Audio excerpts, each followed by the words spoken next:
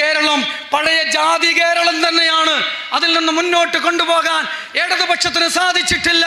അത് സാധിക്കാതെ പോയത് തീർച്ചയായിട്ടും അയ്യങ്കാളിയും ശ്രീനാരായണ ഗുരുവും ഉയർത്തിയ നവോത്ഥാനത്തിന്റെ ആശയങ്ങളെ അവർ ഏറ്റെടുത്തില്ല. അവർ RSSന്റെ ഇലക്ഷൻ, RSSന്റെ സോഷ്യൽ എഞ്ചിനീയറിംഗ്, മുസ്ലിങ്ങളും അല്ലാത്തവരുമെന്ന വംശീയ വിഭജനത്തെ പിണറായി എന്ന അധികാരമോഹിയുടെ മരിക്കുന്നത് വരെ കേരളം ഭരിക്കാൻ അധികാരമോഹിയുടെ അധികാര തുടർച്ചയ്ക്ക് വേണ്ടി നരേന്ദ്രമോദിക്ക് മുസ്ലിം വംശഹത്യ ആവാമെങ്കിൽ എന്തുകൊണ്ട് മുസ്ലിങ്ങൾക്കെതിരെ ഒരു രാഷ്ട്രീയത്തെ എനിക്ക് ഉയർത്തിക്കൂടാ?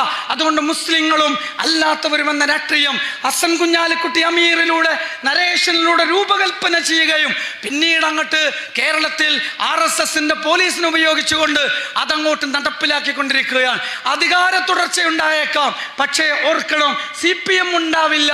അധികാര തുടർച്ചയിൽ പോലും BJP അധികാരത്തിൽ വരാത്തത് കൊണ്ട് CPMന്റെ അധികാര സാധ്യത മാത്രം വെച്ച് സഖാക്കൾ BJPക്കാരായി വോട്ട് ചെയ്യുന്ന ഒരു തെരഞ്ഞെടുപ്പാണ് അടുത്ത് വരാനിരിക്കുന്നത് എന്ന് ഞാൻ പറയുന്നത് ബംഗാളിന്റെ ചരിത്രം മുമ്പിൽ വെച്ചിട്ടാണ്.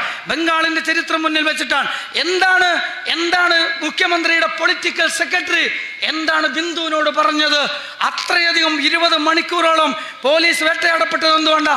പരാതിയുമായിട്ട് ശശിയുടെ മുമ്പ് ചെല്ലുമ്പോൾ ശശി പറയാണ് പോലീസിനൊക്കെ ഭയങ്കര വിശ്വാസം, അല്ലെങ്കിലും പോലീസിന്റെ ആത്മവീര്യം കെടുത്താൻ പാടില്ലല്ലോ.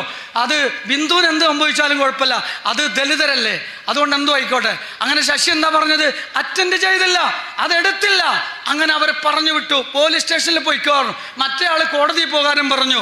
ഇതാണ് പ്രിയമുള്ളവരെ കേരളം ഭരിക്കുന്നവര് പട്ടികജാതിക്കാരന്റെ കൂടെയില്ല, കേരളം ഭരിക്കുന്നവര് ദലിതരുടെ കൂടെയില്ല, കേരളം ഭരിക്കുന്നവര് യഥാർത്ഥ ഇടവരുടെ കൂടെയില്ല, കേരളം ഭരിക്കുന്നവർ ഒരുപക്ഷെ ഇവിടെയുള്ള സകല സംഘികളോടും ചങ്ങാത്തം കൂടുന്ന NDAയിൽ തന്നെ പങ്കാളിത്തമുള്ള സമുദായ സംഘടനകളുടെ നേതാക്കന്മാരുടെ കൂടെ ഉണ്ടാവും.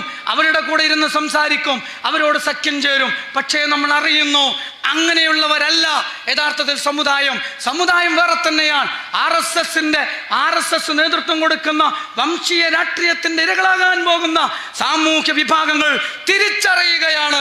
ആ തിരിച്ചറിവിലാണ്, ആ ഉണർവിലാണ് വെൽഫെയർ പാർട്ടി ഓഫ് ഇന്ത്യ അതിന്റെ സഹോദര രാഷ്ട്രീയത്തെ മുന്നോട്ട് നയിക്കുന്നത്.